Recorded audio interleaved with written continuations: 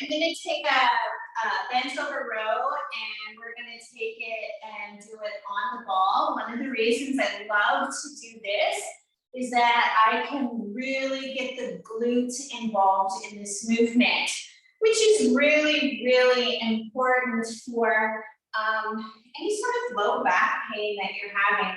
You can focus in on much of that core as you want to, and you're still probably going to experience some sort of back pain or hip pain because you cannot have stability on only one side of the body. You have to include everything that's a part of your body into this. It's also getting into intrinsic muscle groups as well, which I'll teach later. All right, so in the previous video when I was doing the back extensions, I was showing you how to get on the ball, toes curled under, heels pressing into the wall or your couch, knees are bent, pelvis is not quite up on top of the ball. If it is, you're not going to get a lot of balance, or you're going to have to really struggle for balance. It's really strong for that.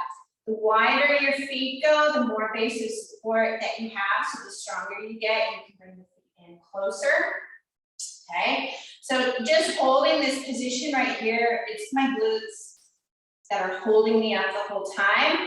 Abs are involved, but not to the same degree as my glutes. It's important stuff to remember because it's not all about your core. You're gonna have it be the supporting muscle group. It's helping. It's not always the driver of the movement.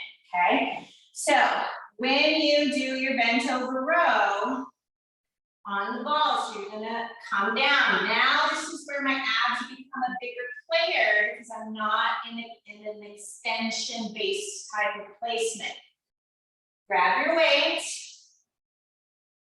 Now, you're not staying down here. A lot of people make the mistake of staying down here, and then they make this a shrug-oriented movement, and then they overwork their upper traps and their neck, and then they just don't like the movement, and then they round too much, okay? So you want to set that stage, glutes, abs, upper back. Now you lift. Now the glutes have to work incredibly hard. Now you can slide those shoulders down the back. We're not shrugging. I'll show you what a shrug looks like.